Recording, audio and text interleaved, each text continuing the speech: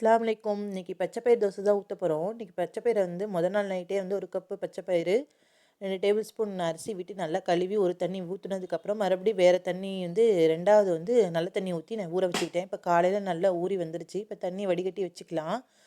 இப்போ அந்த மிக்ஸி ஜாரில் இந்த பருப்பும் 3 பச்சை மிளகாய், பூண்டு, இஞ்சி, ஜீரகம் ஒரு 1/4 டேபிள் ஸ்பூன் சேர்த்து தேவையான அளவு உப்பு சேர்த்து இதை நல்லா ஒரு பேஸ்ட் பதத்துக்கு அரைச்சிக்கலாம்.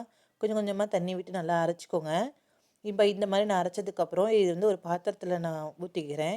நம்ம தோசை பேட்டரில் நம்ம இதை வந்து மிக்ஸ் பண்ணிக்கலாம். உப்பு பத்தலைனா உப்பு சேர்த்துக்கோங்க. இப்போ ஒரு பேனில் வந்து எண்ணெய் ஸ்ப்ரெட் பண்ணி நல்ல எண்ணெய் பேன் வந்து நல்லா சூடாகட்டும். இப்போ வந்து நம்ம தோசை ஊற்ற ஆரம்பிச்சிடலாம்.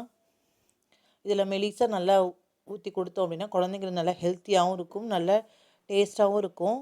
இதுக்கு நான் வந்து தக்காளி தேங்காய் சட்னி தான் போட்டிருக்கேன். நீங்களும் வீட்டில் ட்ரை பண்ணி பார்த்து கமெண்ட் பண்ணுங்கள், ஷேர் பண்ணுங்கள்.